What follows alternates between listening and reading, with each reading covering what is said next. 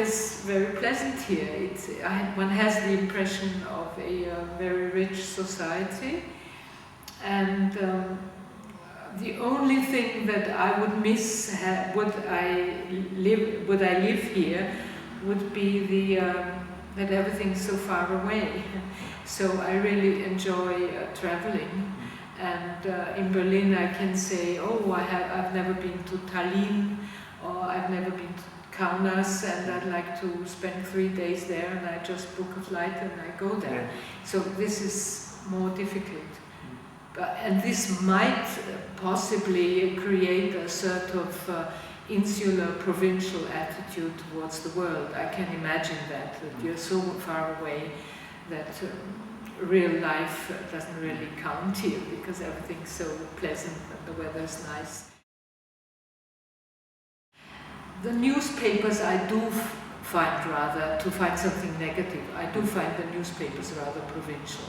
Actually, I don't understand them, because since I don't understand domestic politics, I don't know what it's all about. So what I do is I read the weekend edition of the Australian, and I like to read the book and film reviews, and they are very good. So I've been reading 2 books by Gail Jones, who is a young Australian writer, and one of the books called Sorry in English and Perdita in German was translated into German, and no Australian I met ever heard of this lady, and she seems to be quite a successful writer. My main interest was to convey information, to transport information about how Jews lived their everyday lives in Berlin in the 30s and 40s, because the book actually spans a longer period of time. The movie is only, I don't know, a couple of months, or 1.5 years or so. So I included in the book information on the political events, but also very minute everyday information, like Jews are no longer allowed to go to an Aryan hairdresser. They are no longer allowed to use a public library. They have no telephones. They have to give away their pets. Yeah, and all this is also reflected in Felice Schragenheim's story.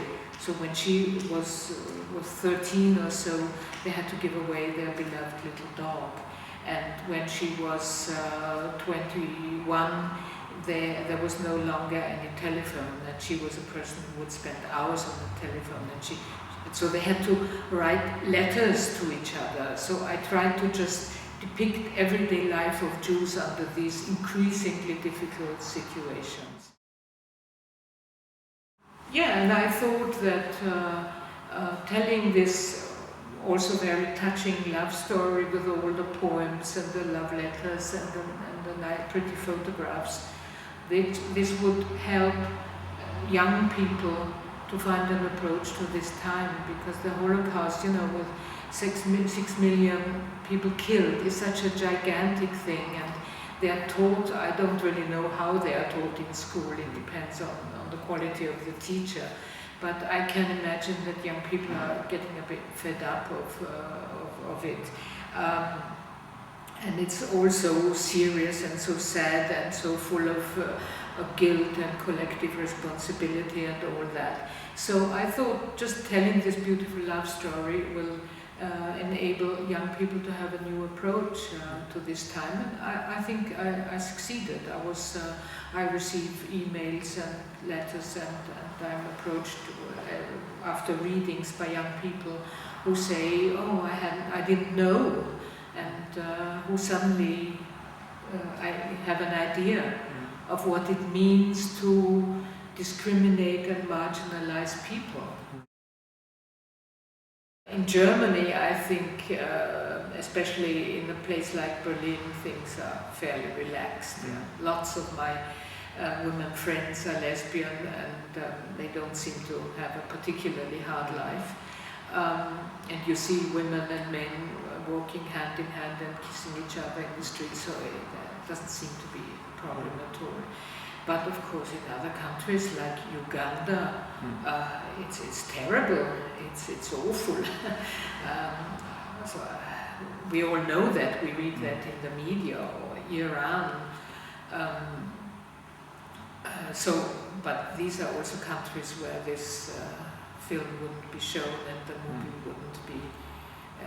movie wouldn't be shown and the book wouldn't be translated into. But the book was, strangely enough, it was translated into languages like Turkish and Korean and Japanese. So these are societies where certainly gay and lesbian relationships are not mainstream, and they have a great problem. I know that about Turkey, that being gay is not easy. The book was translated, and I assume some people read it.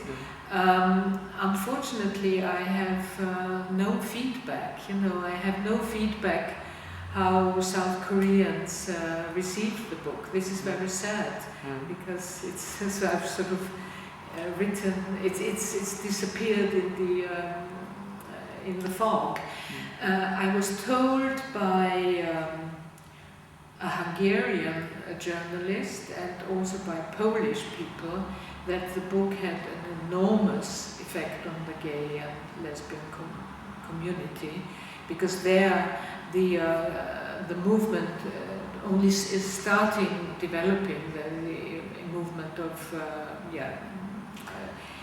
coming out publicly, and especially Poland was very late also in translating the book. It's been translated 3 years ago. So I think the society had to develop up to a certain point until it was possible to publish such a book. And the Hungarian journalist, the gay journalist, he told me that with tears in his eyes how important this book has been to the gay community. So this actually was not even my intention, but if it has this effect, I'm glad. I noticed something very funny in Australia, that whenever I don't know, go by taxi or talk to somebody, they would hear that that I have a foreign accent, and they would also realize that I haven't been long in the country, and they would ask me, where are you from? And then I say I live in Berlin, or I come from Berlin. And then they would say, oh yes, and now you're living in Australia. How long have you been living in Australia?